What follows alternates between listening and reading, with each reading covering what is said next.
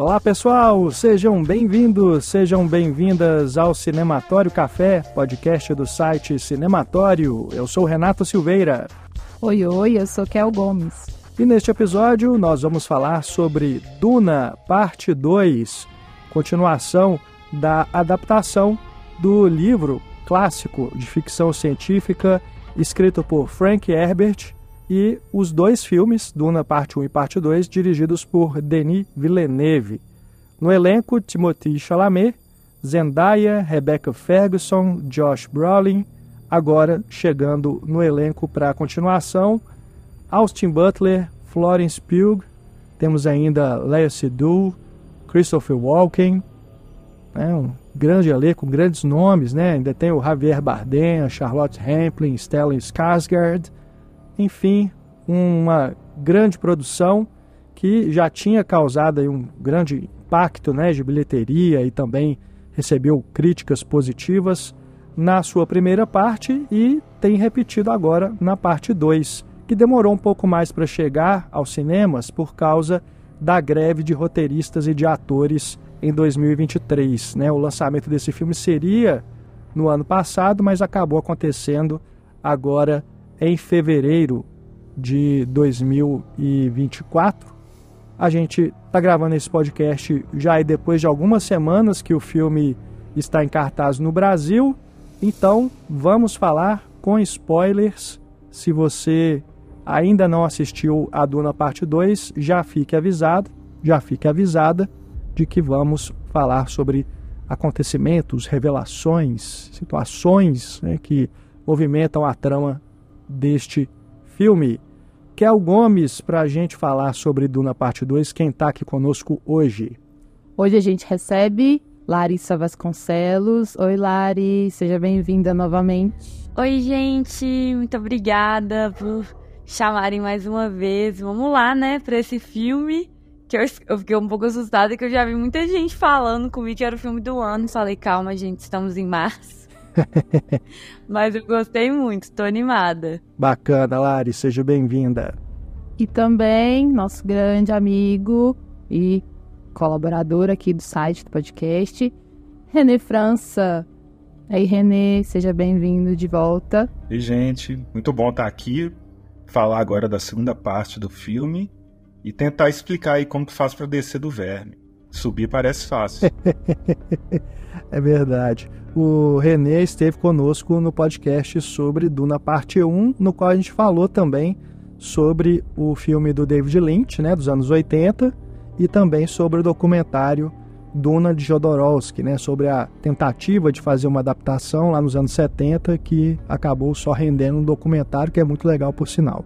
Então hoje aqui a gente dá continuidade a esse podcast para a gente falar sobre essa continuação. Seja bem-vindo, René, que é nosso companheiro também de aventuras sci-fi no cinema, né? Sempre está aqui conosco para falar sobre filmes do gênero.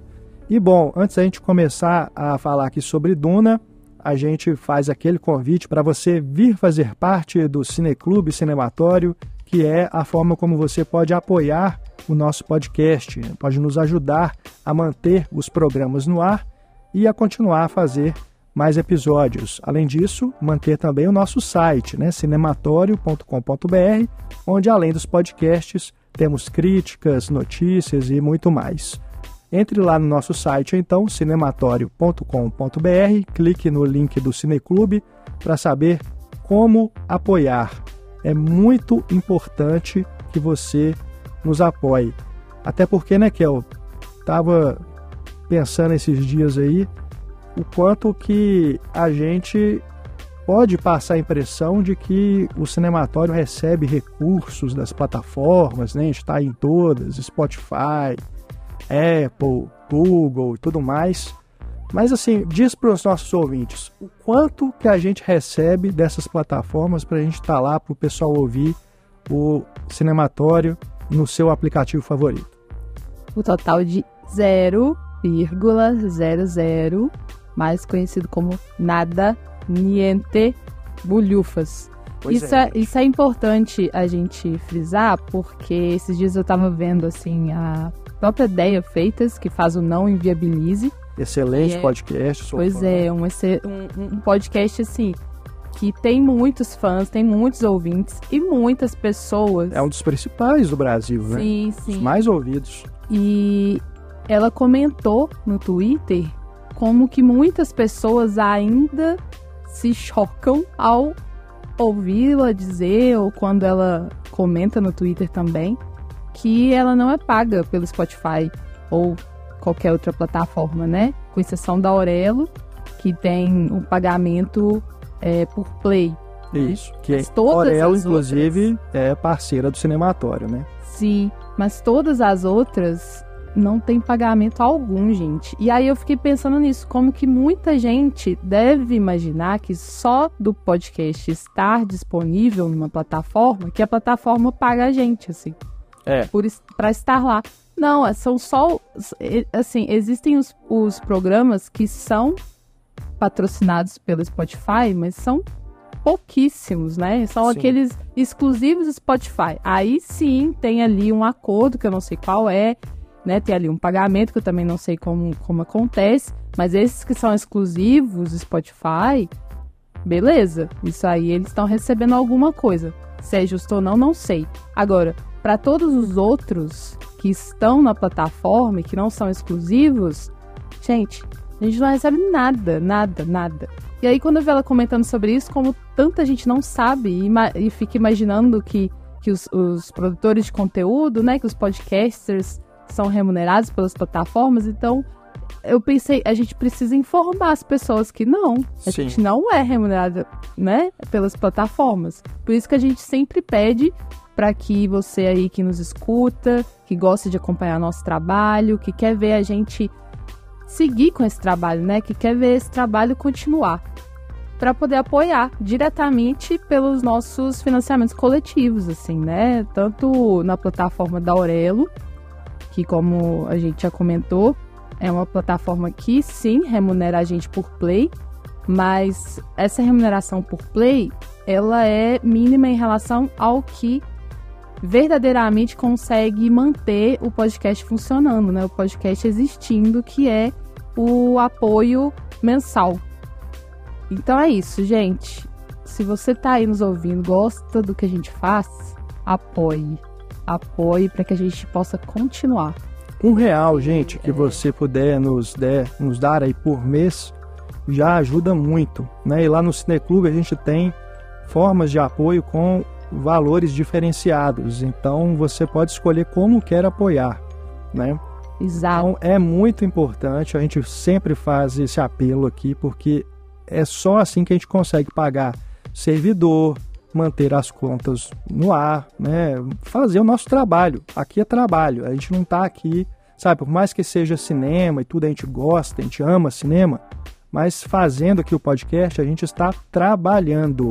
Então, a gente pede essa valorização do nosso trabalho por meio do seu apoio. É muito importante, senão, como tantos outros podcasts, um dia acaba. E né? tem, Porque senão acabado. Não tem como manter. Tem acabado. Vários têm acabado. Depois que entraram, né, os grandes... A grande mídia entrou, né, com seus próprios programas. Depois que a mídia se tornou essa coisa mais difundida, foi legal porque mais pessoas conheceram, né, e puderam participar da podosfera, digamos assim. Mas a entrada de empresa grande, eu acho que deu uma massacradinha em nós, pobres independentes. E aí a gente vê ano a ano, assim, vários colegas nossos com trabalhos incríveis, maravilhosos, tendo que abandonar, porque não consegue trabalhar isso paralelamente ao trabalho que vai pagar contas e tal, né? Então, gente, vamos lá ajudar aí para que a gente consiga existir. Entre lá então no nosso site cinematório.com.br, clique no link do Cineclube para saber como nos apoiar. Contamos com a sua ajuda, pedimos desculpas aí pela extensão aqui desse parêntese, mas afinal de contas estamos aqui para falar sobre um ataque imperialista à produção independente, né? Duna Parte 2 também é sobre isso. Vamos lá então falar sobre o filme.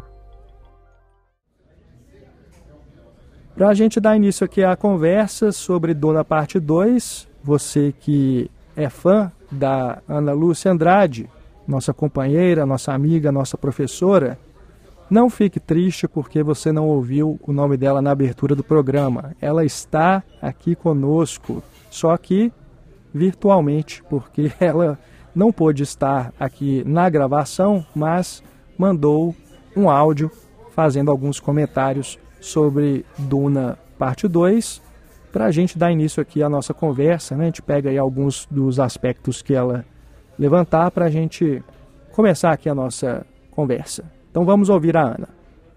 Gente, adorei o Duna 2, até muito mais do que o primeiro, confesso. E porque depois de rever também esse primeiro, que eu tinha achado muito lento, para entender melhor o 2. E depois revendo o 2, vendo o 2, né, para poder falar sobre ele, eu percebi aonde que o Denis Villeneuve queria chegar, né? Compreendi melhor a sua proposta, né? Porque se o primeiro era mais lento, bem ao estilo desse diretor, tentando aclimatar e ir apresentando os elementos de uma trama tão complexa e conturbada, né? Aos poucos, esse segundo ele vai nos conduzindo com muita habilidade entre cenas mais contemplativas e outras com uma ação muito mais vertiginosa, né? O próprio diretor afirmou, eu vi numa entrevista, que ao rever o primeiro filme, ele quis trabalhar melhor o ritmo, segundo ele, aprendendo com os seus próprios erros, né? Que ele gosta de rever seus filmes não para ver o que ele acertou, mas o que ele errou. E essa alternância, além de nos imergir na trama, né? A la Hitchcock, né? Porque o Hitchcock dizia que um bom filme de entretenimento se assemelharia a andar numa montanha-russa, por exemplo, com seus movimentos de expectativa nas subidas lentas, né? E de frio na barriga nas descidas rápidas. Então esse filme ele tem momentos assim impressionantes de tensão e de ação, como há muito eu não vi e não senti no cinema, né? A ponto de agarrar o braço da cadeira, igual o Hitchcock dizia também. Então ele faz também a gente adentrar nessas contradições de um herói tão dúbio como o Paul, o personagem do Chalamet, né?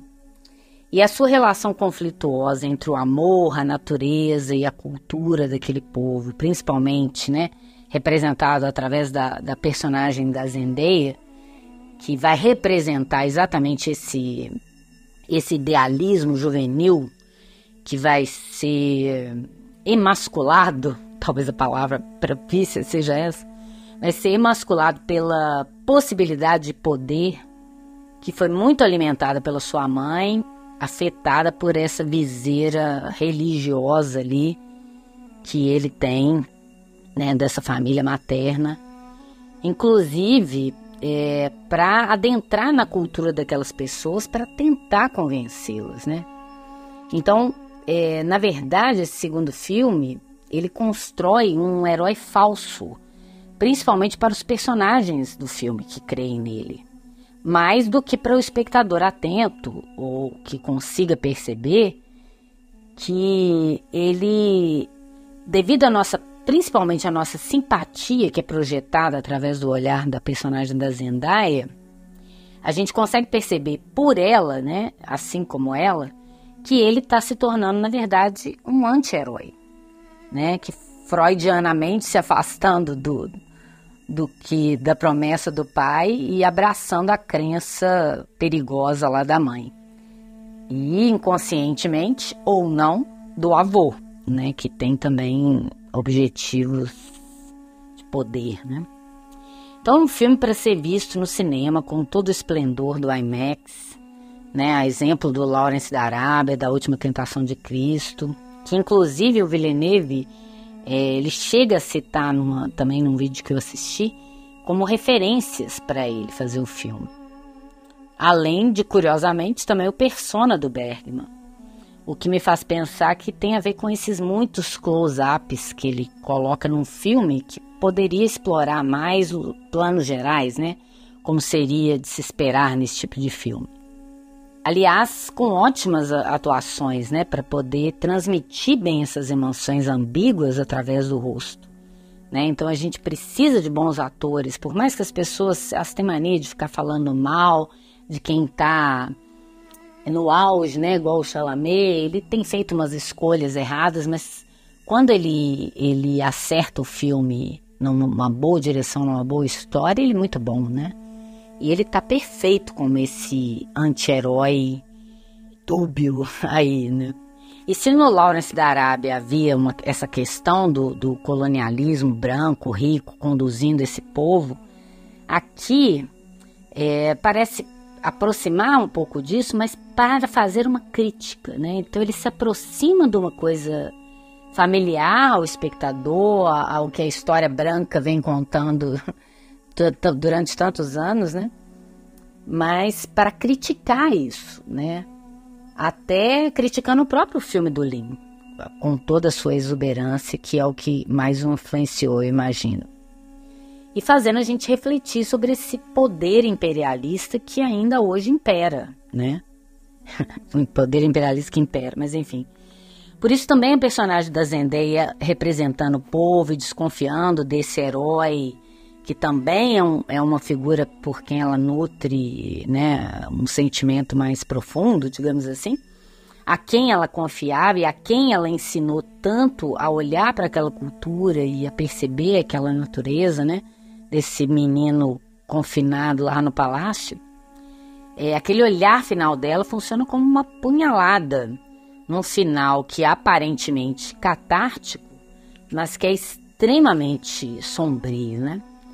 Que, nesse sentido, me faz aguardar com muita ansiedade um terceiro filme com um desfecho possível que possa acentuar ainda mais essa crítica tão contundente, principalmente para os dias atuais, né? Como essas questões desses impérios norte-americano e britânico apoiando massacres, né? Em nome sei lá do que. Então, enfim, um belo filme que eu sinto muito não poder estar aí para poder debater com vocês, mas espero que tenha contribuído para o debate, né? E espero poder voltar no próximo. Um beijo. Tá, então, Ana Andrade, muito, muito, muito obrigado pelo áudio. Uma pena você não estar aqui conosco hoje realmente, mas foi muito bom te ouvir para a gente já puxar aqui alguns assuntos para falar sobre Duna parte 2. E já queria também chamar o René para conversa, para falar aí um pouco a respeito, acho que um dos aspectos, né, que a Ana traz aí que são importantes para a gente discutir sobre o filme é a questão do ritmo, né? Ela levanta que no primeiro filme tinha um ritmo mais lento, aquela coisa de estabelecer a história, quem são os personagens, as casas, né? O que é aquele planeta, o que é Arrakis, quem são os Fremen, por que os Harkonnen estão querendo se apossar daquilo tudo.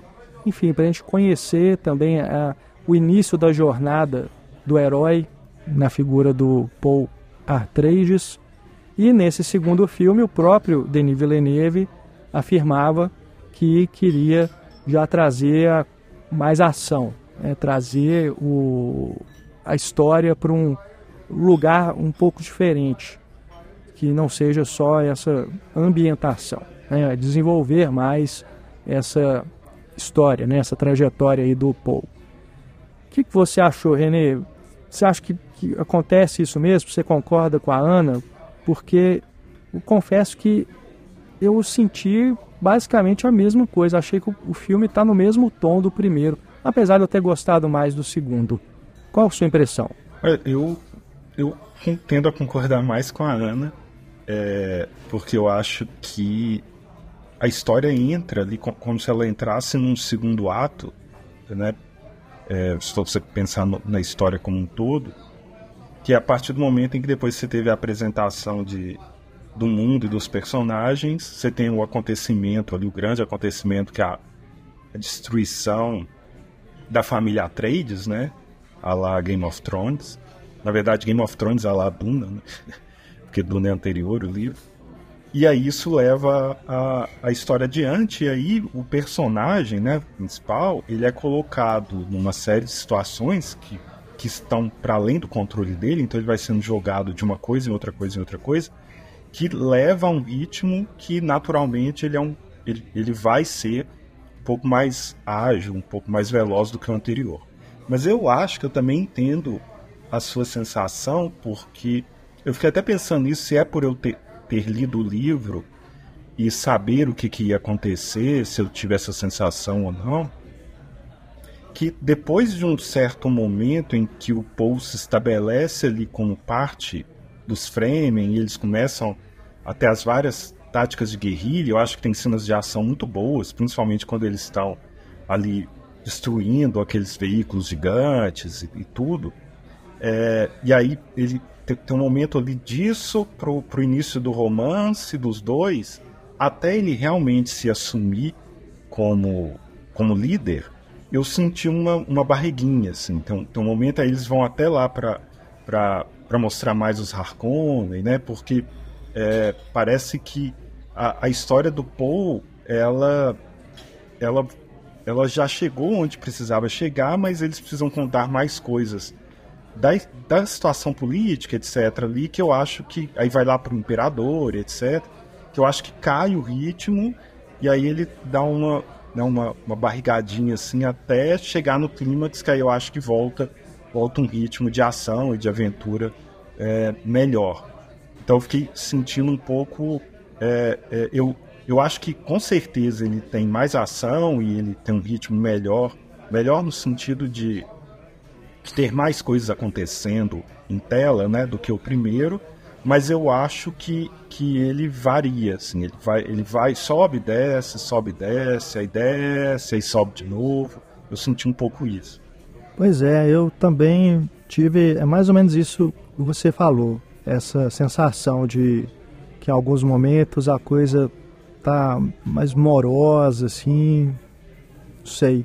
Mas isso também me parece que vem da própria proposta do Villeneuve de dar ao filme esse tom épico, não só na escala, mas na narrativa, né? Remetendo aos épicos por excelência, e não só ao épico como adjetivo, como vem se utilizando aí, né, na mídia de forma geral, né? Igual quando sai um desses blockbusters, é épico, não sei o que, né? Acho que é um negócio lá da CCXP, né, que pegou e tudo é épico, né, quando tem esses filmes aí de cultura pop. Mas no caso do Duna é o épico por excelência, o modo do David Lean, né, e pegando aí o que a Ana comentou, o Lawrence da Arábia é a referência mais óbvia aqui, né, e eu sinto que o Denis Villeneuve ele vai nesse sentido mesmo. E isso é que talvez me afaste assim, de Duna em relação a outros filmes de aventura espacial, que muitos deles inspirados no próprio Duna, né? Pegar aí o Star Wars, entre outros. É porque nesses filmes você não tem exatamente essa busca, né? Por esse tom épico narrativo. Você tem mais alívios cômicos, você tem um certo olhar assim que é mais, vamos dizer assim, joga mais com um público geral, vamos dizer, que não é tão aficionado na questão sci-fi, né, nos pormenores assim, de uma história de ficção científica, de entrar em muitos detalhes sobre as histórias das religiões, os modos de vida, a cultura daqueles povos e tudo. Eu tenho essa impressão, então talvez possa ser um pouco mesmo de preconceito meu, de esperar isso do filme, sendo que ele não estaria se propondo a entregar isso em nenhum momento, mas acaba que algo que interferiu na minha experiência, tanto com a parte 1 quanto com a parte 2. Você sentiu um pouco disso também, Kel? O que você acha? Eu tô ainda pensando muito sobre esses filmes, sabe? Porque realmente não me pegaram, assim, da mesma forma que outros filmes do Villeneuve. A parte 1, né, que a gente já comentou no outro podcast, simplesmente aquela decepção de não acabar mesmo, né, não ter, assim, um fim ali, mesmo sabendo que era uma parte 1, mas o filme, ele não, pra mim, ele não se conclui, assim, então eu senti essa frustração, e aí esperei até o momento de ver Duna 2, para entender um pouco mais, né, desse primeiro ato também, desse primeiro grande ato, como a Ana falou, que inclusive ela volta no primeiro e gosta mais, né? Eu não fiz essa volta, não me senti, não tive desejo disso, assim, porque eu gostei mais desse segundo também, acho que essa imersão que o segundo faz me deixou mais conectada aos visuais do filme, me deixou mais conectada ao universo, né? Eu, de certa forma, eu sinto que eu vivenciei mais aquele universo do que no primeiro. No primeiro eu estava completamente afastada. Enfim, parecia que eu estava vendo, né, só as mesmas histórias de sempre, né? Que são todas, bebem muito da fonte de Duna. Mas aí eu não via nada que estava sendo proposto, assim, como uma novidade para mim, enfim. E aqui eu senti que o Villeneuve conseguiu ajustar mais essa questão da imersão, do universo, essa coisa da emoção mesmo, né? De te pegar pela mão assim e vem comigo nisso. É muito por causa dessas cenas também, né? Que foram construídas ali de muita tensão e de luta e de perigo. Mas eu continuo não gostando das personagens. Eu continuo achando as personagens muito, assim, arquetípicas, no sentido de que ele não explora não explora as densidades delas, sabe? As complexidades, né? Eu sinto que o Paul, ele é um personagem essencial para uma crítica atual, contemporânea, em relação ao colonialismo, né, em relação a fanatismo religioso, a questão messiânica, né, o quanto que uma crença, o quanto que uma religião pode levar à violência. Mas a ambiguidade dele é dada assim como é um personagem que vai passar por isso, mas eu não sinto junto dele, sabe? Eu me sinto confortável. É como se estivesse só assistindo, assim, né? Igual eu tô falando de imersão aqui das cenas visuais, da ação, mas em relação aos sentimentos, às complexidades, em relação ao drama, eu já não sinto que eu tô imersa, sabe? Eu já sinto que é muito superficial, assim. E aí eu fiquei pensando, será que é porque eu não tô gostando do Timothée Chalamet nessa interpretação? Mas eu acho que ele tá fazendo um bom trabalho, sabe? Eu acho que é a questão mesmo de uma construção de personagem, assim, do que escolhe mostrar, né? Do que escolhe aprofundar, do que escolhe deixar passar, enfim. A própria Shani também, né? Eu achei que nesse segundo eu fosse conhecer um pouco mais dela, mas eu senti que ela estava muito guiando essa nossa desconfiança em relação ao Paul. Então ela, enquanto personagem, eu sinto que ela é só uma guia, sabe? Pra isso. Pra essa ascensão desse cara, assim.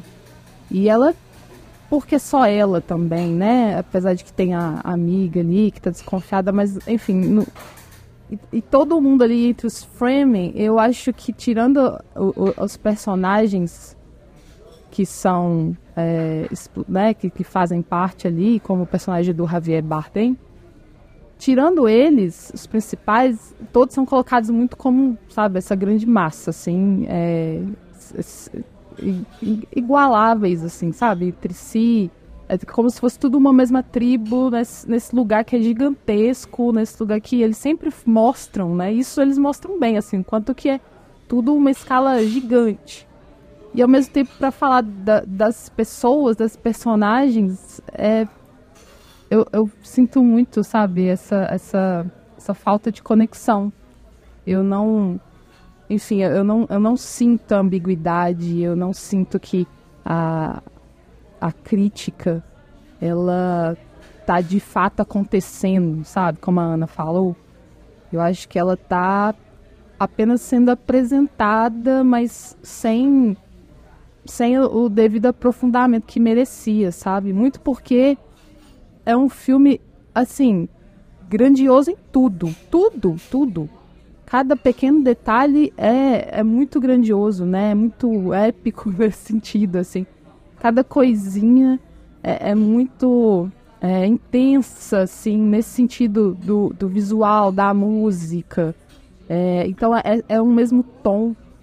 Então, quando chega uma informação que deveria ser impactante, ela parece que não impacta tanto, porque tudo está sendo no tom do impacto, assim, sabe? Tipo, nossa, olha como isso aqui é grande, olha como isso aqui é perigoso, olha como isso aqui é difícil, olha como... Sabe? Então, eu realmente sinto que me falta mais conexão com as personagens, os dramas e a complexidade da coisa toda. Larissa, você que é fã da Zendaya, você também teve essa impressão da personagem dela na continuação? Então, eu acho até interessante a Kel pontuar isso, porque dela especificamente não. Eu acho que o personagem dela é muito fechado. Não sei se também tem... O René, talvez, que leu os livros aí, pode contar melhor pra gente. Mas ela tem essa vibe, né, no filme inteiro, de ser mais dela. Ela faz o que ela precisa fazer, mas ela não é muito de ficar falando. Não sei se pode ter sido por isso. Mas, engraçado, eu também escutando a Ana e depois que eu assisti, né, conversando com a minha amiga que a gente assistiu junto, a Mabi, a gente ficou com esse amargo da crítica, sabe? Tipo, beleza, estamos falando de messianismo, mas sabe quando não vem aquilo ali muito... Eu sei que tá explícito a crítica, mas ao mesmo tempo parece que falta... Eu fiquei meio com um sentimento meio confuso. Eu quero rever esse filme para reparar mais coisas, porque são muitas informações. E como também eu acho, como é um filme partido no meio, né? Não tem como a gente falar do Duna 2 sem pegar o 1. Eu, diferente da Ana, eu revi o 1 antes de ver o 2 e eu também gostei. Porque a primeira vez que eu assisti o 1 eu fiquei com muito sono. Dessa vez eu consegui ver sem ficar com sono. E eu achei engraçado, porque assim, o 1 ele é bem mais arrastado realmente. Só que eu acho que o 2, ele trabalha muito melhor a apresentação dos personagens, pelo menos ao meu ver. Porque, por exemplo, o pai dele, eu não crio conexão nenhuma com ele. E o jeito que eles falam, principalmente no 2, de que ele era um cara muito legal, que ele super governava com o coração, eu fiquei, gente, mas... Ele teve 3 horas para mostrar esse trabalho aí super bacana do pai e não é mostrado. O único momento que você fala, que legal, ele tem um senso de humanidade no 1, né? Quando ele salva o pessoal com aquele helicóptero, sei lá, aquele avião meio Vespa que eles têm. E é isso, não tem mais nada. Então o Oscar Isaac morre no 1 pra mim, eu não ligo. E eu acho que eles trabalham melhor essa apresentação até pelo personagem do Austin Butler. Porque por mais que seja um super vilão, né? Eu gosto muito dele. Eu falo, gente, eu adorei esse cara. Eu gosto do papel, eu gosto de como ele faz. Ele é um dos meus preferidos no 2. E uma coisa que a Kel pontuou em relação ao Timothy, eu acho... Eu achei ele super blasé nesse filme. Eu não sei porque ele tem um rosto um pouco blasé pra mim, realmente. Mas nesse filme, especialmente, eu não sei, sabe? Tinha algumas cenas que eu queria que ele me entregasse um olhar, assim, uma coisa mais... que não tem a ver com a voz, né? Que ele muda igual a mãe dele. Eu também tive essa dificuldade, sabe? E, por incrível que pareça, por mais que é um filme de quase 3 horas... Essa nuance dele de mudar muito rápido as decisões me incomodou também. Porque, por exemplo, ele falava isso antes dele beber a água da vida. Ele falava super pra Zendaya, eu não posso ir pra Shanti, né? Eu não posso ir pro sul porque se eu for pro sul, eu vou ver vai ter uma guerra santa, vai acontecer isso, eu não posso ir pra lá. Aí, tipo, na cena seguinte, ele, não, eu vou. Sabe? Aí eu falei assim, gente, são 3 horas. Poderia ter inserido esses momentos de ambiguidade, de confusão do personagem antes. Você não precisa inserir. Aí no minuto seguinte ele vai, sabe? Tipo assim. Eu tive esse problema com o filme também, Larissa. Pois é, isso me incomodou muito, porque você fica assim, gente, ele tá enganando ela. Ou ele realmente tá confuso. E aquela parte também me incomodou, talvez o René também vai poder me explicar por causa do livro, que ele tá, né, ele tá meio que refletindo, o que eu devo fazer da minha vida? Meio que sabe quando você, uma coisa meio Rei Leão, né, o Simba pedindo um apoio, uma coisa assim, aí vem a irmã, ele põe a mão na espetaria e vem a irmã falando. Eu fiquei confusa, porque eu falei, gente, será que ele tá enfeitiçado? Eu juro que eu pensei isso. Porque eu falei, ele virou, na cena anterior, falou que não ia bater o pé, quase que prometeu pra Chute que não ia. Na cena seguinte, ele já conversou com a Areia, já viu a Anya Taylor-Joy, irmã dele. Já resolveu, já decidiu que tem que ir. Sabe, assim, fiquei um pouco irritada com essas nuances, não com as nuances em si, mas o tempo que elas foram colocadas no filme, sabe? Porque eu pensei, nossa, gente, utilizou de tanto tempo no filme e aí o personagem pra mim ficou ali perdido na história, ou eu que fiquei perdida na história dele, e aí eu também, é o que a Kel falou, essas coisas me trazem dificuldade de me conectar com ele. E o fato também de todo mundo ter... Claro que o Javier Bardem, pra mim, ele tá maravilhoso no filme. É um dos também destaques. Gostei muito. Achei... Ele talvez seja o alívio cômico. O pequeno alívio cômico que tem no filme foi dele. Mas... Numa cena muito específica também, só nessa. Mas eu também achei muito estranho algumas coisas, sabe? Tipo, antes tinha... uma galera que era do norte, né, junto com a Shanti, a amiga dela, que não botava fé, e aí de repente todo mundo começou a botar fé muito rápido, sabe? Assim, não é que foi muito rápido, mas no filme pareceu pra gente que foi, tipo, de um dia pro outro. Exatamente. Exatamente isso que é o problema pra mim. Tem elipses, né, que me parecem que parece estar faltando alguma coisa, né? Entre uma ação e outra, né, entre uma situação e outra, parece que aconteceu algo que o filme não mostrou. E, pelo que eu entendi, isso foi proposital do Villeneuve. Ele quis fazer esses avanços, né, no tempo de uma maneira mais brusca mesmo. Só que, assim, eu não entendi muito bem o propósito e eu me senti um pouco, assim, incomodado com isso também, porque parecia que ele estava num lugar, de repente ele já estava montando no verme. Igual você falou aí também, ele fala alguma coisa com a menina, na outra cena ele já está fazendo o contrário. Então, eu não sei, eu também fiquei incomodado com isso. E assim, às vezes uma coisa super simples, né, Renato? Às vezes por um letre, tipo, 1 mês depois, coisa assim. Só pra gente ficar... A transição, passou, né, das situações, assim, eu acho que ela podia ser um pouco mais fluida, não sei. Foi o que mais me incomodou, assim, em termos de história, assim. Porque eu fiquei, gente, esse menino é muito chato. eu ficava assim, cara, ele parece um adolescente, ele é muito chato. Porque adolescente que, né, vou fazer isso. Porque adolescente não dá pra levar muito a sério também. Eles falam que não vão fazer, você fica, tá bom. Aí 2 minutos depois já faz o que fala que não ia fazer. Os adolescentes ouvindo o nosso podcast e parando agora de ouvir. Por favor, adolescentes, me perdoem, essa fase vai passar. Vocês não vão ficar assim pra sempre, mas nesse momento, talvez vocês sejam um pouco assim, não percebam. Talvez o Timothy no filme, o Paul, né, era assim, não percebia também. Só a Zendaya realmente estava a única fã daquele filme, vendo tudo igual a gente.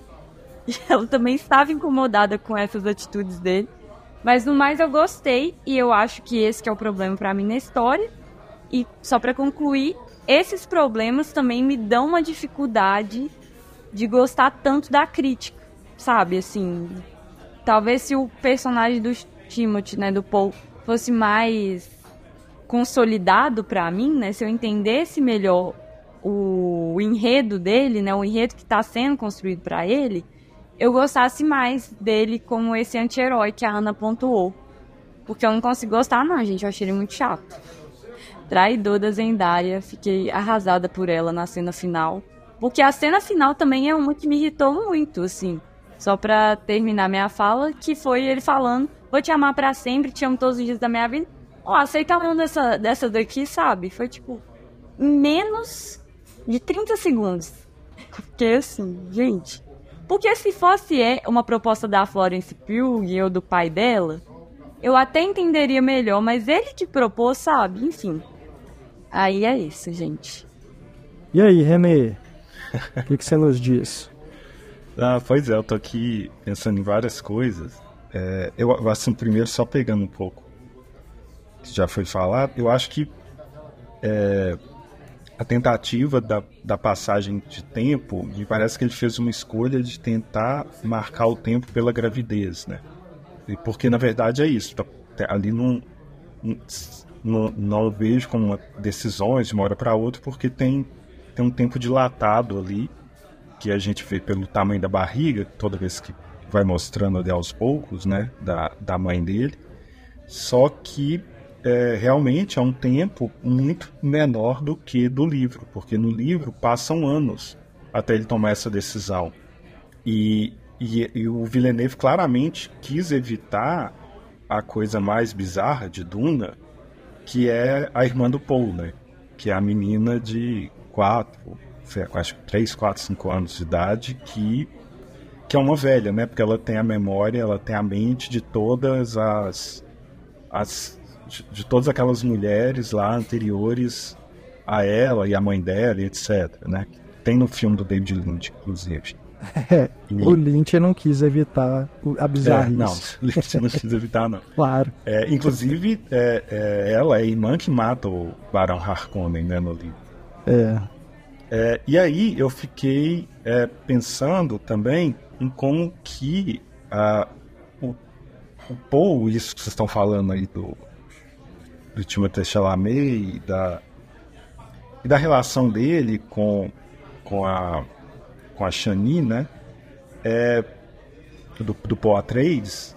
E é um personagem muito complicado, é uma adaptação muito complicada, mas enfim, o Villeneuve resolveu adaptar, o problema é dele, né? A gente vê aqui o filme como que ele se apresentou. Tinha uma coisa que eu tava muito... Quando eu vi o primeiro filme, e eu acho que ele vai para esse caminho e é arriscado, e tô achando legal de ser arriscado, que é apresentar o Paul como o herói típico. Então no Duna 1, o Paul é a jornada do herói clara. E aí é esse personagem que, no caso ali dele, é um playboy, né, um príncipe, que vai ser obrigado depois a se virar um guerrilheiro e depois virar um líder religioso. Então tem uma jornada super complexa aí nesse processo. Eu lembro que quando teve o casting, eu pensei assim, olha que interessante, o Chalamet tem cara de chatinho, enjoado, entediado, e se ele der conta de fazer essa transição, vai ser muito bom, porque vai pegar as pessoas de surpresa no que o Paul vai se tornar, né? Porque para mim o Paul não é um anti-herói, o Paul é um vilão, é a construção de um vilão, né? O Paul Atreides, pro George Lucas, ele não foi modelo pro Luke Skywalker, ele foi modelo pro Anakin. Sim. E é a construção do vilão. E quando eu vi o Duna partir, eu falei assim, nossa, o Villeneuve vai tentar dar uma rasteira meio Breaking Bad, que eu não sei se vai funcionar, porque você está apresentando um herói típico, e aí depois ele pode ser interpretado como anti-herói, vai se revelar um vilão no final, né? E como que faz essa transição, ainda mais com um filme que vai ter anos de diferença de um para o outro, e você deixou solidificar a ideia dele como herói na cabeça das pessoas. Você concordando, gostando ou não dele, ele é um herói do primeiro filme, né? Um herói clássico, né? Em termos de narrativa. E aí, a partir daí, você precisa ir mostrando essa evolução. E aí talvez tenha um problema mesmo dele ter feito essa escolha de não mostrar a irmã nascida, e aí ele ter que, por causa dessa decisão, encurtar o tempo, e aí toda a transformação desse menino ingênuo que vai virar herói, etc., em vilão, ela precisa acontecer num período de tempo curto, não só dentro do filme, mas dentro do tempo da história mesmo, né? Porque no livro tem todo um processo de maturidade. Vocês lembram, no filme, ele é desafiado por um Fremen e ele ganha e mata o cara. Na cultura Fremen, ele tem que assumir os filhos e a esposa desse cara, para cuidar deles. Então isso já é uma obrigação que tem no livro de amadurecimento forçado. Assim, de repente ele é um pai de família, entre aspas, ali, porque ele tem que cuidar daquela família. Que isso foi tirado do livro, do filme, porque também, né, ia ter quantas horas esse filme. Mas também tem aspectos de amadurecimento do personagem que ficaram de fora, e eu acho que talvez tenha a ver com essa falta, essa crítica que vocês estão fazendo aqui também. E aí, quando a gente vê nesse segundo filme toda a transformação do Paul, eu acho que, pelo menos para mim, o Chalamet entregou muito ali quando ele vira. Quando ele chega lá, depois de beber o líquido lá. Curaçao Blue. E dá aquela ressaca depois, né? Quem já tomou sabe. Total. E chega lá naquela reunião, mandando todo mundo, contando sonhou com quem, sonhou com não sei quem, eu que mando. E ali me deu um frio na barriga, mesmo sabendo o que ia acontecer, um incômodo tão grande, que eu acho que vem muito da interpretação dele, que eu acho que ele deu conta de virar o vilão. Uhum. Que eu acho que talvez falta, e aí eu não sei se é do Chalamet, se é da direção, se é do roteiro em si, de ter esse afastamento, é a transição. A transição desse playboy chatinho, que vai virando guerrilheiro, vai se apaixonando, para virar o vilão. Assim, eu acho que ele faz bem, como sempre, entediado lá. Aí você começa a simpatizar um pouco com ele, mas aí quando ele vira como vilão, porque a narrativa já está comprimida no filme, eu acho que acontece de uma hora para outra realmente. A gente não vê nuances dele se transformando aos poucos nesse vilão ali, né? Que você precisaria de mais tempo mesmo de narrativa para dar conta disso.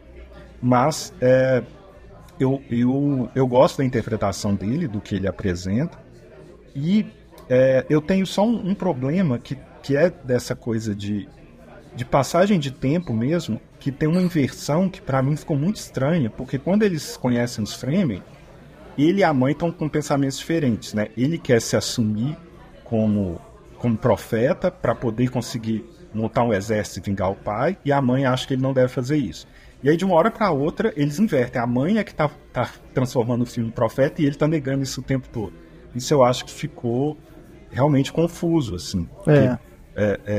Eles mudam de lugar, a mãe e o filho, de uma forma muito rápida. Acho que é também tentativa do Villeneuve de enganar ainda mais tempo o Paul como herói, porque o herói nunca vai se colocar como líder, ele não vai aceitar o lugar dele, ele vai negar a jornada, etc e tal. Mas que eu acho que não precisava e só ficou confuso. Uhum. E a Chani, em relação ao livro, ela, na verdade, está muito mais falante e mais moderna, entre aspas, né? Porque no livro ela meio que aceita, né, o lugar dela ali. Inclusive, o livro termina igual termina o filme. Então, a Lady Jéssica, inclusive, fala com ela lá... porque a Jéssica era concubina também, né? Ele é marido dela, mas a história vai lembrar da gente, de nós duas, que somos as amadas e tal, e meio que é uma aceitação desse lugar. E ali a personagem do filme, ela se coloca contra, ela abandona, ela sai. Eu achei uma atualização bem interessante nesse lugar aí da personagem, da principal personagem feminina. Apesar de que eu acho que fica no meio do caminho entre o que era de um olhar mais conservador ali para ela, e o que ela poderia ser, e aí para tentar manter as duas coisas, talvez fique um pouco nesse meio de caminho, que não vai nem para um lado nem para um outro. Mas eu gosto da atitude dela no final, que me surpreendeu em relação ao livro, porque cria um conflito muito interessante para uma provável parte 3, porque aí tem um livro que chama O Messias de Duna, que eu não li ainda esse livro, então não sei como a história continua. Mas o que eu já li de entrevista do Frank Herbert é que ele escreveu o Messias de Duna para deixar claro que o Poe é o vilão. Entendi. Porque mesmo ele achando que no livro estava claro e tal, os problemas do messianismo e etc., muita gente tratava o Poe como herói, e aí ele escreveu mais um livro para mostrar assim, não, olha o que ele vai fazer aqui. Mas mesmo assim as pessoas continuavam tratando o Poe como herói. Mas eu estava até olhando aqui no apêndice do livro, tem vários apêndices meio Senhor dos Anéis, né? Tem uma frase interessante que eu acho que é o que ele tenta resumir no Poe Atreides, que é: quando a religião e a política viajam no mesmo carro, quando esse carro é conduzido por um homem santo vivo, nada é capaz de ficar em seu caminho. Porque a ideia messiânica é essa de o Messias acreditar na própria lenda e de que ele é capaz de tudo e de qualquer coisa, e ele tem os seus seguidores fanáticos que vão fazer qualquer coisa por isso. E eu acho que essa mensagem está muito clara no final, quando ele manda simplesmente matar todo mundo. E aí vira de uma vez, ele se revela de uma vez esse vilão que estava sendo construído aí ao longo dessa trajetória, né? Mas só colocando assim, eu adoro o filme, mas eu não acho que ele é perfeito, igual muita gente, a Larissa colocou, muita gente fala o melhor do ano e tal, porque eu acho que sim, tem esses problemas que vocês apontaram de uma tentativa de dar conta de um arco narrativo que é extremamente complexo em pouco tempo de tela, em pouco tempo de história dentro da história em si, né? Então, toda essa história e discussão de messianismo, ela acaba ficando muito mais na fala dos personagens, da Jéssica, do Poe, da Chani, criticando o próprio Poe, né, de tudo que a gente está vendo ali, do que em ação em si, de momentos da gente ver isso acontecendo. Inclusive o fato dele tirar da história a Guilda, né, que é a grande personagem política comercial da história, que ia tomar um grande tempo da história também eu acho que tira um pouco de força disso, porque como esse líder religioso pode servir comercialmente ou não, enfim, tem todas umas discussões ali.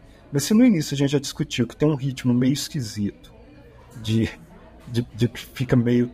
tem cenas de ação e depois tem uma coisa que é meio lenta demais e meio cansativa, eu também fico pensando em como que funcionaria se tudo isso entrasse, a não ser que você fizesse partes 3, 4 e 5, né? Como que isso funcionaria em termos de ritmo da história também. Então eu acho que dos males o menor, o Villeneuve fez as escolhas corretas do que cortar para manter um certo ritmo que misturasse um tom aventuresco com essa crítica mais filosófica messiânica aí que ele tenta fazer. Entendi. O meu medo é só igual, o filme 1 termina deixando a gente na expectativa do que o 2 poderia desenvolver dessa história. Aí o 2 termina de novo prometendo algo assim, quero ver o terceiro para ver como que isso vai se desdobrar. Aí parece que os times vão só empurrando a coisa e nunca, sabe? E eu não falo nem assim como estratégia de um cliffhanger para você ficar ansioso pelo próximo filme, não. Mas parece que é isso, ele vai só empurrando as decisões, né, para frente, sempre deixando você esperando pelo próximo para ver se isso vai dar, onde que isso vai dar, sabe? Onde que a história do Poe vai dar. Mas você não acha que o arco do Poe se resolve nos 2 filmes? Parcialmente. Assim, no primeiro filme ele é um menininho e aí ele precisa se salvar a própria vida pela primeira vez, está por conta própria, e ele consegue isso no final do parte 1. No 2, ele é esse peixe fora d'água, se torna um líder religioso que vai causar uma carnificina, e isso acontece também, né? Ele manda matar todo mundo no final e escolhe o poder, ser imperador, do que o amor da vida dele. Dá para fechar o arco ali, né? Porque eu realmente não sei como a história funciona, mas eu acho que meio que o arco dele fecha. Sim, eu concordo. Eu acho que fecha, mas eu acho que os filmes, eles... Como é que eu vou dizer? Eu fico tentando evitar, assim, comparar toda hora com Star Wars para não ficar uma coisa chata, assim, porque, né, todo mundo sabe que uma coisa é baseada na outra e tudo, e eu quero evitar, assim, falar que um é melhor, enfim. Mas o que eu penso, assim, é que nesses filmes de capítulos, né, de trilogias, quadrilogias e tudo, eu acho que há outros exemplos em que a jornada do herói, ela é concluída em cada parte de uma forma mais pontuada, ou de uma forma mais mais marcada, sabe? Assim, o filme 1, ele me mostra um protagonista que na parte 2 ele é bem diferente daquilo. Ou pelo menos assim, ele cumpriu algo que esse filme se propunha a desenvolver. Me dá a sensação assim de que ele desenvolve pouco, sabe? O Paul, por mais que eu sinta isso que você falou, assim, que fecham esses arcos, mas ele me parece que muda pouco. Parece que desenvolve pouco, sabe? Demora muito, o filme quase 3 horas para desenvolver pouca coisa. Então, nesse segundo, por exemplo, igual o meu amigo, né, praticamente sócio fundador do Cinematório, o Guilherme Tomasi, comentou comigo numa conversa assim, de WhatsApp, é que parece que o filme fica o tempo inteiro só mostrando o treinamento dele para ser alguma coisa. Exatamente. Entendeu? E você fica esperando, e a gente vai ter que aguardar mais 3 anos para o filme 3 para a gente ver no que isso vai dar. Sabe? Então, a sensação que eu tenho é essa, que o filme ele demora para poder dar respostas, né? Não, eu entendi o que você falou.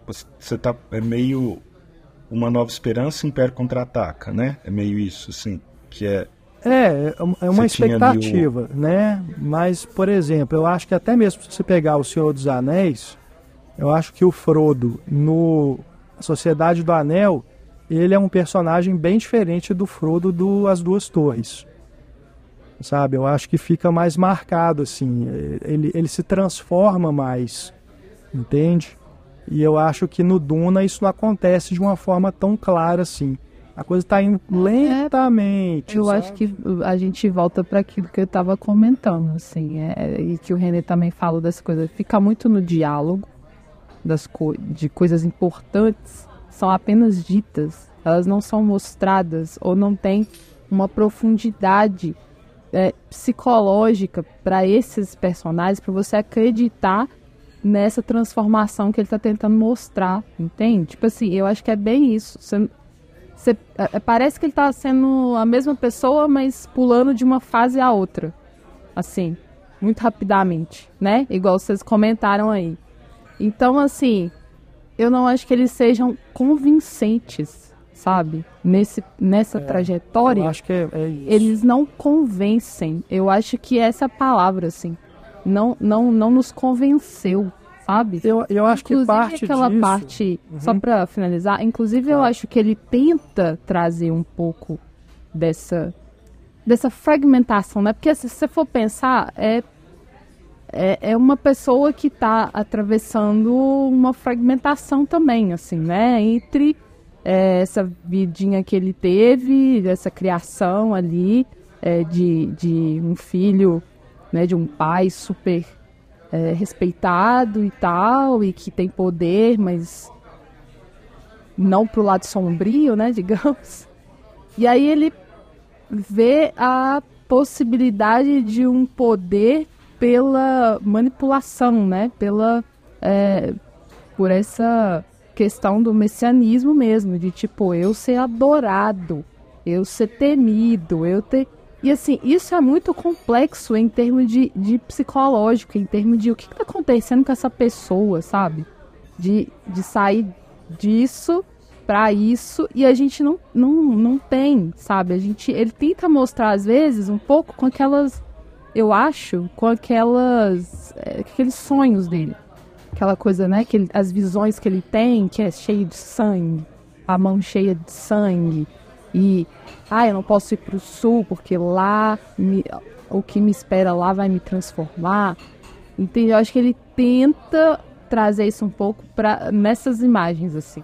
Mas aí fica uma coisa, sabe, ainda não convincente. Porque logo ele já tá esquecendo disso e, sabe, já tá partindo para outra coisa, para outra atividade, blá, blá, blá. Então, assim, ele não me parece atormentado, assim, o suficiente pra gente acreditar nessa transição. E aí, beleza, se transformou em vilão agora.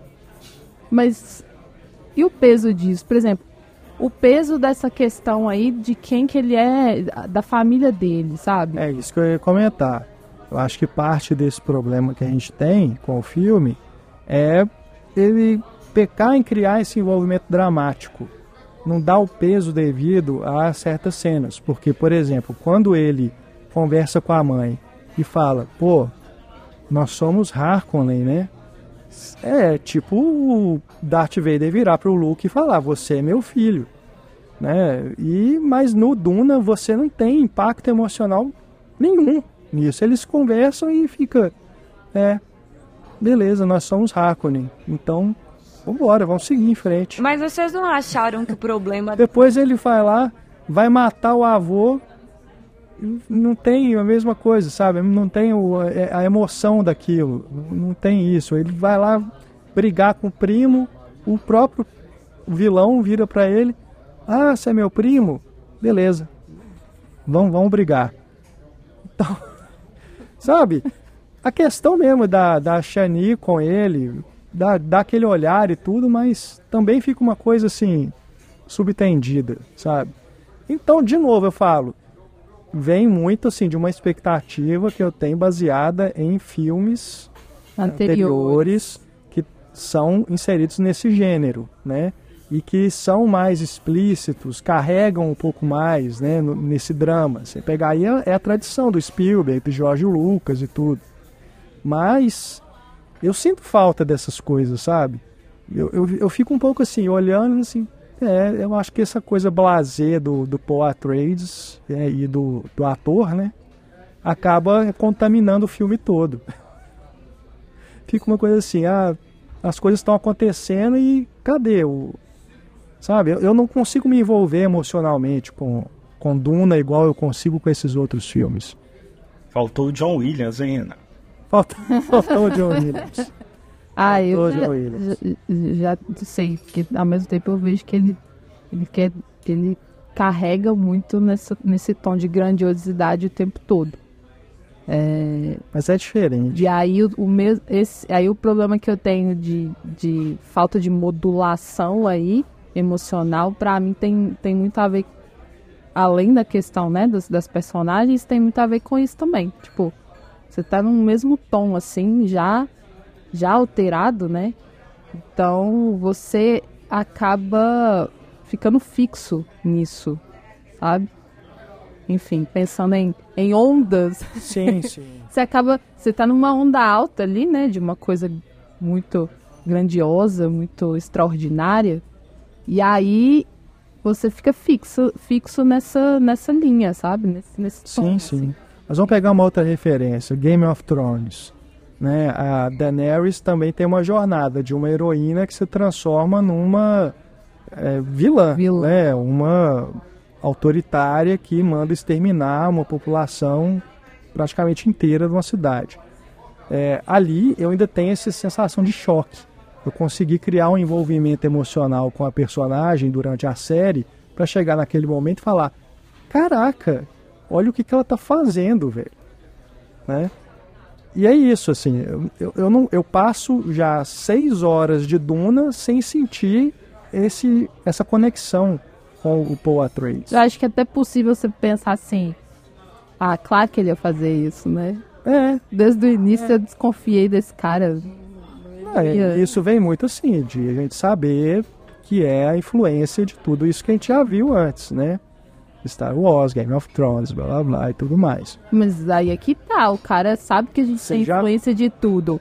Ele sabe, e aí ele tem que tentar, não sei se ele tem que também, isso aí é demais, né, de você pensar. Mas aí talvez, assim, não dá pra você colocar um filme desse no mundo sem pensar na bagagem das pessoas em relação à ficção científica, em relação ao que o próprio Duna foi semeando. Assim, Porque isso é que é louco de pensar, que é Duna que semeou essas coisas por aí, e agora a gente fica pensando Duna a partir também dessas outras coisas, assim. eu gosto, por exemplo, pegando aí, né, a filmografia do Villeneuve, eu gosto quando ele ousa mais no Blade Runner 2049, que também é baseado num clássico, né? Vem aí de uma coisa que não foi ele que inventou, que você já conhece aquele universo, aqueles personagens, mas eu acho que ele ali é mais ousado. Em Duna eu não sinto isso. Eu sinto que ele meio que segue ele tem medo de mexer, sabe? Eu acho que ele chega até a ser genérico em algumas coisas. Até visualmente, se você pensar nas naves, nos figurinos, nas ambientações. Acho que é tudo muito referencial, assim. Por mais que, de novo, é baseado em algo que os outros filmes se basearam também. Só que, da mesma forma como narrativamente, dramaticamente, o Duna foi o precursor disso tudo, visualmente, Duna não foi. Porque vieram filmes antes, até mesmo da versão lá do Lynch, né, que também se baseou muito no que o Star Wars fez, no que o Planeta dos Macacos fez, no que o 2001 fez, o Star Trek e tudo. Né? Essa forma de filmar uma aventura espacial, né, visualmente, né, os conceitos visuais disso já eram pregressos. E eu não sinto que o Villeneuve tenta ousar nesse sentido também, sabe? Sinto falta, assim. Eu vejo o Duna e fico assim, beleza, é legal, mas assim, não tem a especiaria, entendeu? Não tem o tempero. Não tem especiário. Não tem o tempero que eu gostaria que ele colocasse, sabe? Deixa eu perguntar, vocês preferem o do Lynch ou o Duna Parte 1 mais 2? Ah, não, os do Villeneuve, né? Embora eu não ache que o do Lynch seja descartável. Eu acho que tem coisas legais ali. Não, porque eu acho que visualmente o do Lynch é mais interessante, os alienígenas. Sim, eu ia comentar isso. Eu acho que em termos de me chamar a atenção, assim, pela criatividade, por estar arriscando, né? Por estar criando mesmo em cima desse material, assim. Eu acho que o Lynch, ele me faz pensar mais nesses aspectos, sabe? Criativos. Esses aspectos, assim, por mais que seja, né, uma baguncinha, e, né, em termos de narrativa. Sofreu com a passagem do tempo, né? De efeitos visuais. Em termos de criação ali, sabe? A direção de arte, eu sou muito fã. O problema do Lynch, eu acho, é porque no Lynch o Poe é o herói, né? Ele até faz chover, faz um milagre lá. Assim.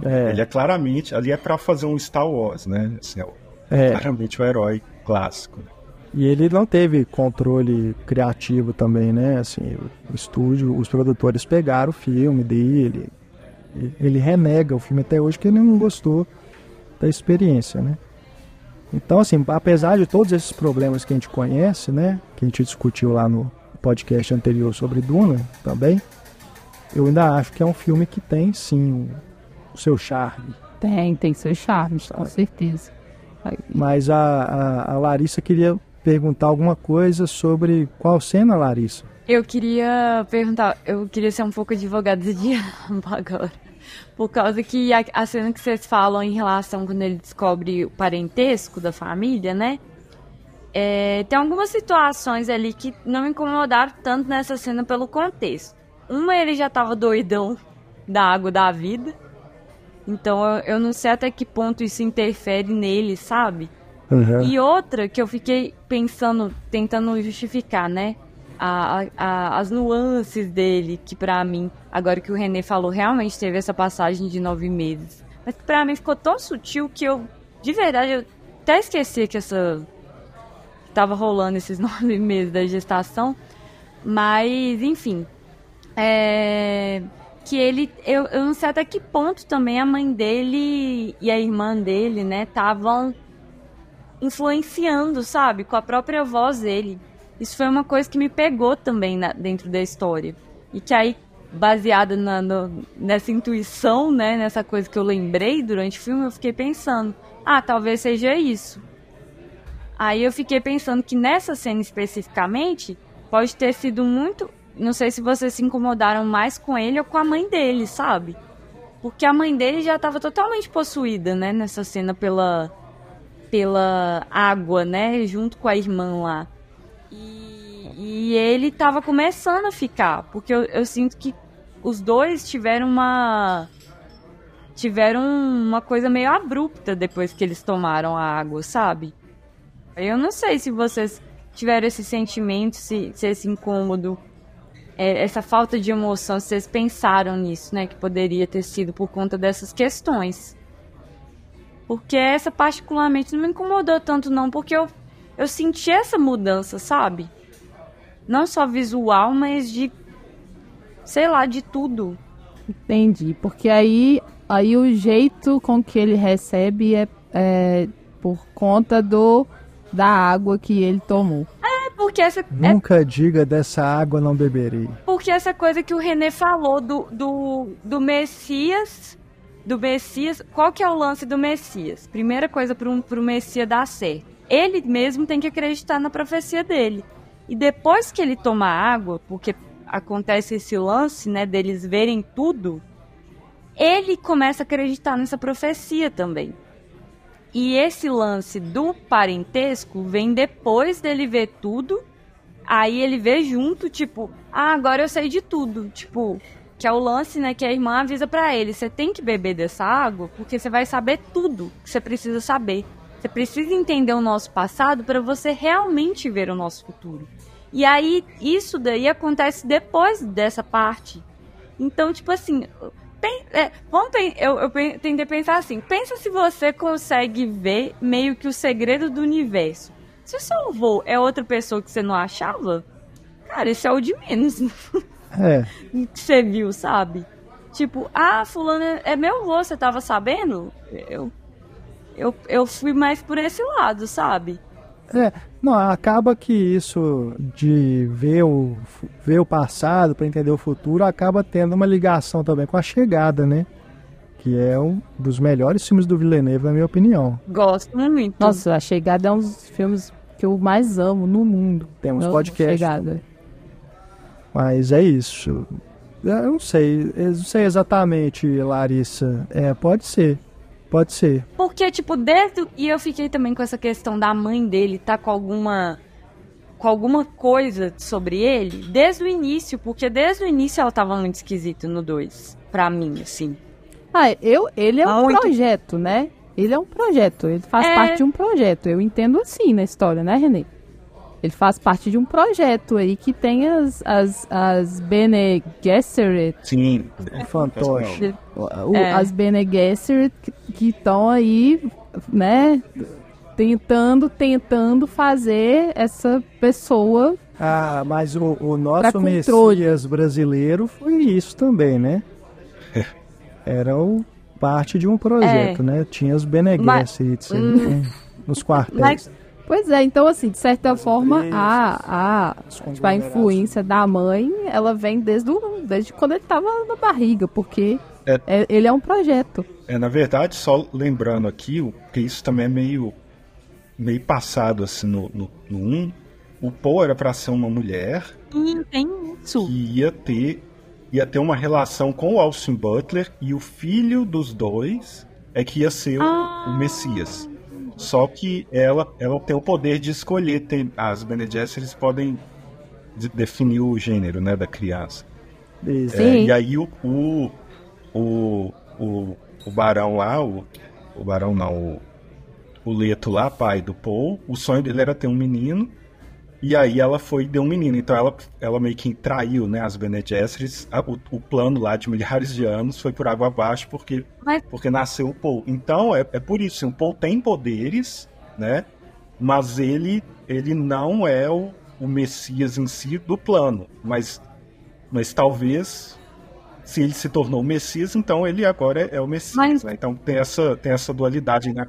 Tem essa questão que eu acho que ela, na verdade, ela quis passar na frente. Ela quis, né, não só para dar o filho, o homem, pro cara, mas porque ela queria passar na frente e gerar esse novo Messias, sabe?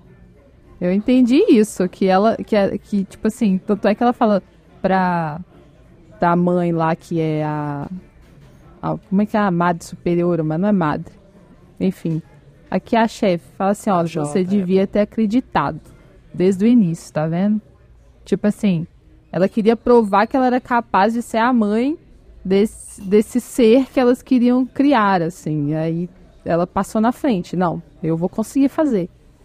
Então, eu acho que tem a ver com isso também, esse desejo dela de ser a mãe escolhida, né? A que vai gerar esse projetinho aí de controle sobre os outros. Mas, enfim, é isso, né? É uma complexidade gigantesca em torno desse personagem, assim. Ele é muitas coisas ao mesmo tempo. Então, fica difícil até para poder se aprofundar em algo assim específico, porque ele junta um místico, ele junta, né, essa coisa do projeto, da questão política, tudo numa pessoa, os nomes, num né, arquétipo só. Confuso, Paul, Su, Muad'Dib, Lissau, Gaib. Um trem que eu fiquei pensando também, tipo, o René Mol agora consultou, né, vou mandar todas as minhas dúvidas de tudo pra ele. René, segundo livro, mas assim, uma coisa que eu fiquei um pouco na dúvida, ele poderia prender os poderes? Porque, tipo, a própria madre fala, abominação e tal, né, porque ele tem a voz que só elas têm, ele tem esses dons, assim, que são muito reclusos pra elas, né? E outra coisa também que eu fiquei pensando, por que tem essa questão de serem sempre mulheres? É por conta disso, das mulheres casarem com os reis? É essa questão que é? Delas serem as pessoas por trás, que na verdade são elas que mandam. A mãe do Paul ensinou pra ele várias coisas que não deveria ter ensinado, isso da voz, por exemplo. Porque eu não lembro se é porque era segredo da Bene Gesserit ou se era coisa que só deveria ser ensinada para a pessoa que eles estavam planejando que nascesse na geração seguinte, né? Para que seria realmente o escolhido ali. E se é só mulher, eu não lembro se tem essa explicação, mas eu imagino que é por ser quem tem o controle da natalidade mesmo, né? Elas que conseguem definir, elas que vão ter o filho, né? Você não tem como você garantir pelo homem que aquele filme é legítimo ou não, mas o que nasce da mulher é indiscutivelmente, né? Então acho que é por isso. Sem falar que, vamos combinar, se você tem o poder de escolher o gênero do seu filho e você quer que seja a pessoa a controlar, né, o universo, e você não vai escolher que seja uma mulher, sendo uma mulher, sabe? Você sendo uma mulher, você vai passar esse poder para um outro homem. Eu sinto um pouco de feminismo na fala da Madre Superiora quando ela fala: que desperdício. Tanto poder dado para um homem, entendeu? Então acho que também tem essa parada aí, de que tipo, é um matriarcado, e aí você tá dando o poder supremo a um homem. Mas a pessoa mais poderosa de Duna é a irmã dele, né? Isso a gente vai descobrir depois, né, René?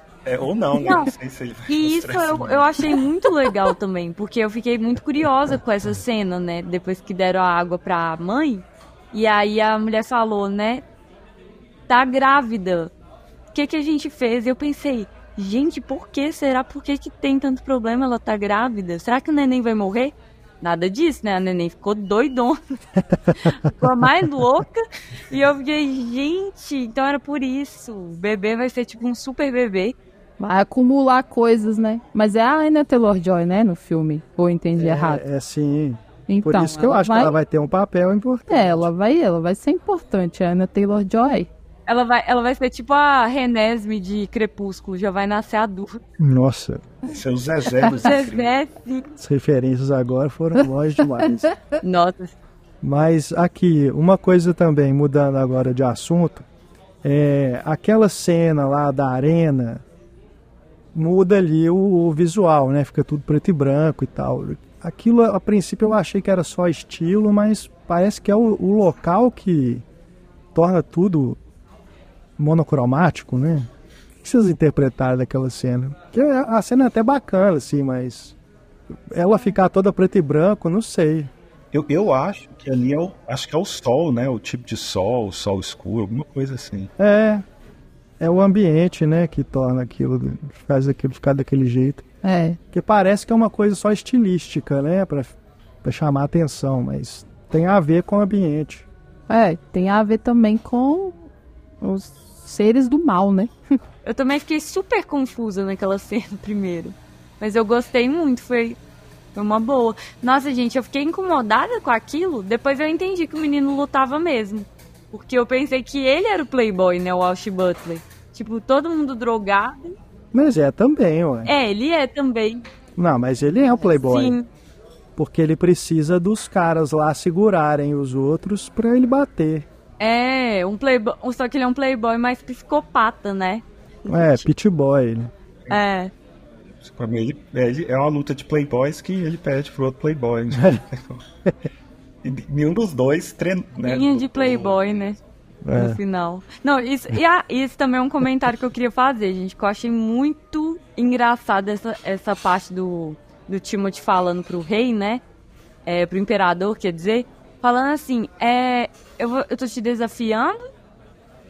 Você vai ter que me enfrentar ou você pode escolher aí. Eu tô assim, gente, ele queria enfrentar o velho, sabe? Eu acho que eu tinha pensado por esse ângulo. Aí eu fiquei pensando assim, tá fácil ser imperador desse reino, você enfrenta um velho de 8... Com todo respeito aos velhos, gente. Mas sério, comparando o Timothée Chalamet com o senhor, sim, realmente é só o Timothée Chalamet. Você conseguiu desagradar adolescente e velho no mesmo programa. Luta geracional provocada pelo Larissa. Eu tô fazendo a rinha entre os adolescentes e os idosos. Mas não, gente, sério. Eu achei muito engraçado o jeito que ele falou. Tipo, aí, querido, vou te enfrentar. Se você não quiser me enfrentar, você arruma aí. Mas ele falou de um jeito que eu falei, não, né? Ele não arruma aí.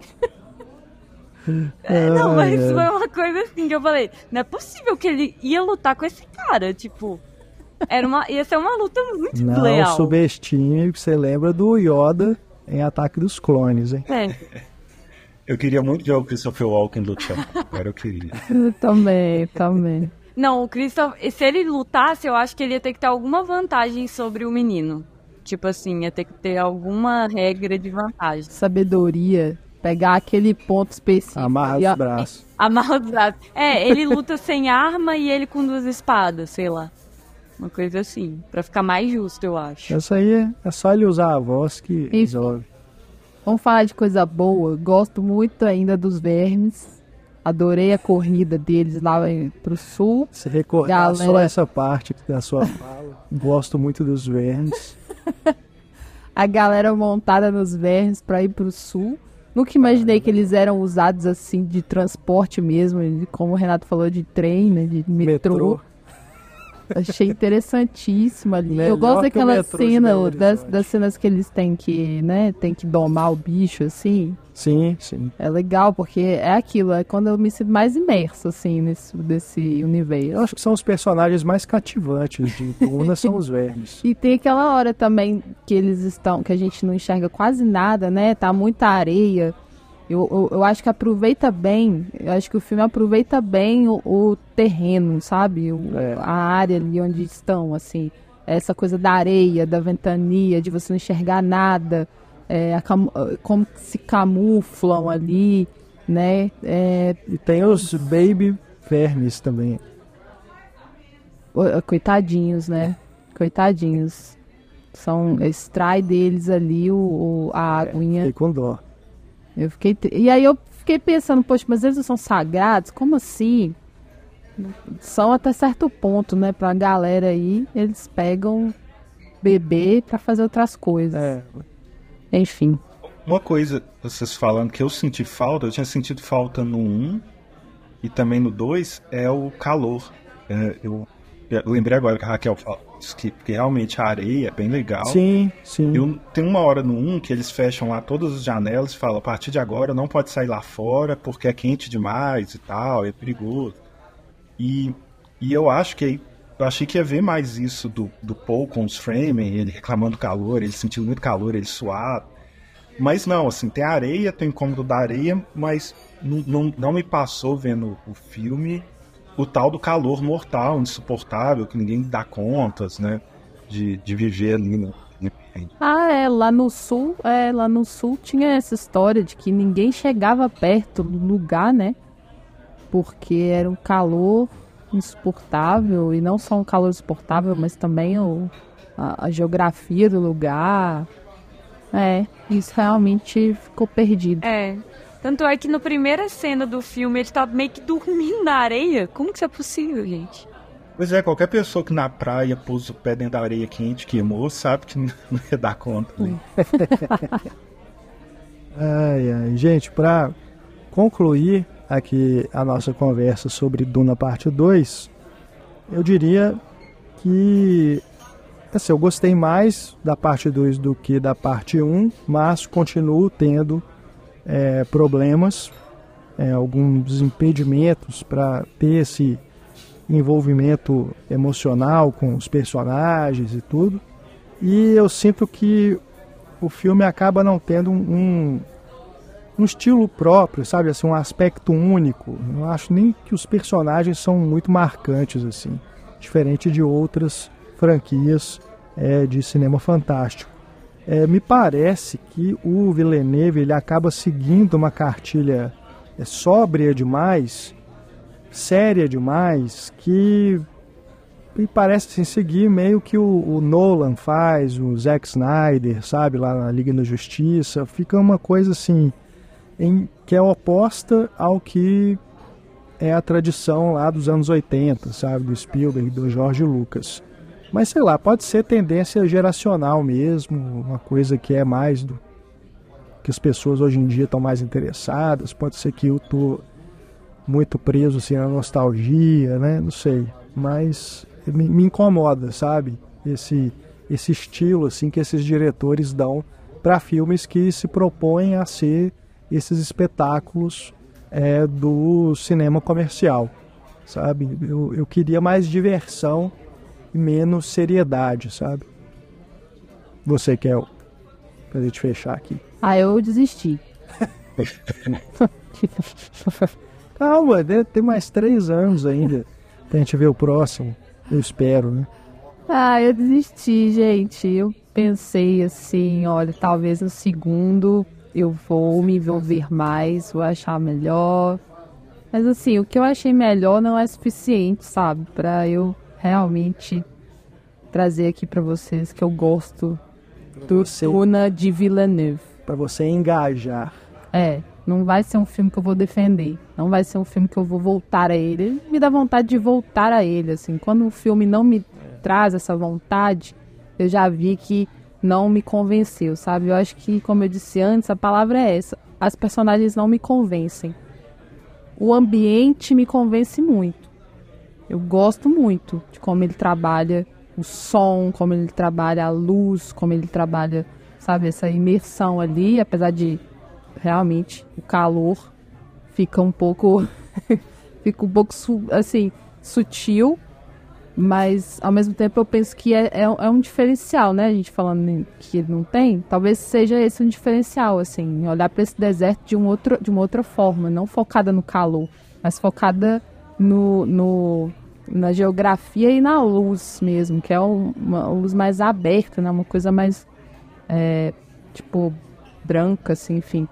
E aí e quando tá tendo toda aquela tempestade, aquela luta, essa coisa de não se enxergar, de ser completamente escuro, enfim. Então eu gosto disso, mas em relação à narrativa e as personagens, elas não me convencem, nem pelos seus dramas, nem a crítica, que é uma crítica importante, principalmente para os dias de hoje, assim, que a gente tem discutido tanto, né, essa questão de povos nativos, nações que são periféricas no mundo e que têm tantos dos seus bens roubados, todos os tipos de bens, não só bens materiais, mas bens culturais, e aí tudo sendo apropriado.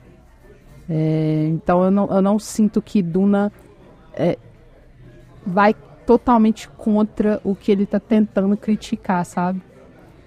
Eu acho que em alguma medida ele acaba pecando um pouco, assim, nessa questão, assim, tô tomando aqui alguns símbolos, alguns visuais que são muito referenciais dessas lutas, mas ao mesmo tempo eu não sei se ele consegue fazer com que essa crítica seja de fato sentida. Você, René?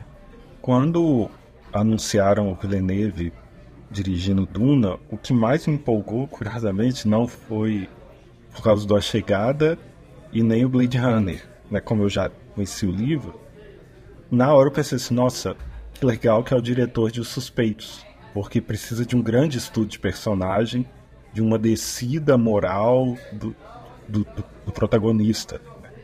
E que é um filme que eu adoro dele, mas que é muito pesado, enfim, na forma da psique ali dos personagens. Eu gosto muito também, concordo. E eu acho que ele fica no meio do caminho um pouco em tudo. Eu concordo com o Renato que não vai nessa ousadia visual do Blade Runner, mas ao mesmo tempo ele não consegue fazer um estudo de personagem como Suspeitos, porque ele está preocupado com outros aspectos do épico, da aventura e etc, né, que não está dentro daquele filme, e não consegue ser filosófico no nível do A Chegada. Então acho que é meio que uma mistura desses 3 filmes dele que eu adoro, e que gerou um filme que eu gosto muito também, mas que eu gosto menos do que esses 3 que eu citei, por exemplo. Uhum. E eu, diferente de vocês, eu quero muito ver o próximo.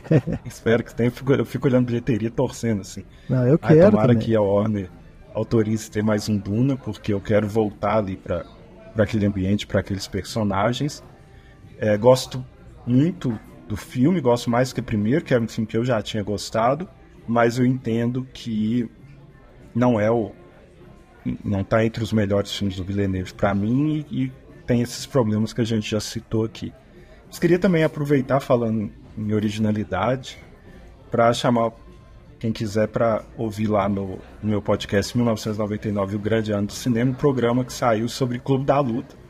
Foi um filme que, quando foi lançado, chamou muita atenção pelas ousadias dele, e aí eu tô lá falando, contando história de bastidores, fazendo análise do roteiro, umas análises sociais, chama Clube da Luta e a Masculinidade Líquida, porque eu brinco aí com a modernidade líquida do Bauman para analisar uns aspectos do filme. Tá todo mundo convidado para escutar. Massa, valeu, René. E você, Larissa, pra gente concluir aqui? Bom, eu acho que eu tô no meio do caminho, eu não desisti. Eu quero ver o próximo, mas eu não sei, eu fiquei meio... Eu acho também que muito do time do filme, né, gente, assim... acabou que a gente não falou muito disso, mas tá acontecendo agora esses conflitos em Gaza e não tem como não associar, né? Claro que o filme tá fazendo uma crítica, mas dá aquela sensação também, sei lá, meio amarga também do filme por conta desse time, mas ao mesmo tempo eu tenho curiosidade, sabe? Pra ver agora que o René deu essa pequena consultoria do livro... dessa construção do vilão, assim. Porque eu até falei que a Ana citou esse anti-herói. Eu não sei de verdade, eu tenho que rever o filme para eu ter uma opinião mais consolidada do que eu senti do Paul, assim. Mas eu queria muito entender essa vilania dele. Eu queria ver isso em tela, sabe? Eu espero que não daqui 3 anos, porque, gente, eu acho muito chato ter que ficar revendo o primeiro filme, o segundo filme, para ver o terceiro filme. Aí eu espero que seja um pouquinho mais rápido, assim. Vai ter o 3 e possivelmente ainda tem uma série, né? Tem um spin-off aí que seria com os Bene Gesserits, Duna Profecia. é algo que está aí no horizonte da franquia. Vamos ver, né? O que sai mesmo do papel ou não.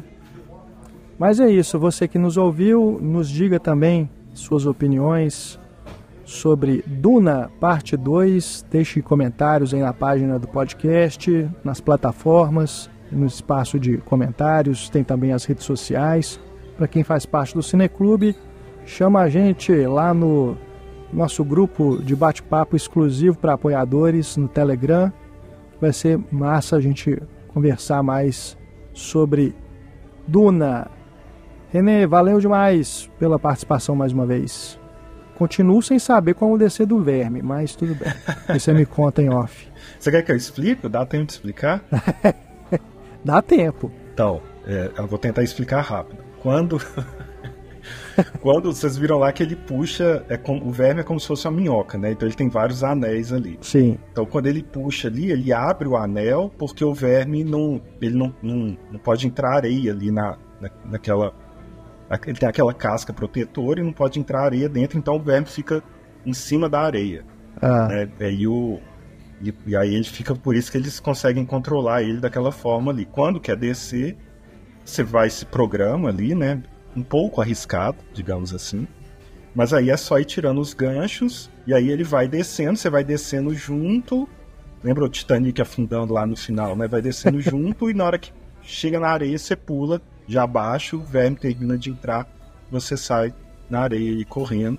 Agora, como que você vai correr sem o verme voltar e te comer, essa parte eu ainda não sei explicar. Fácil.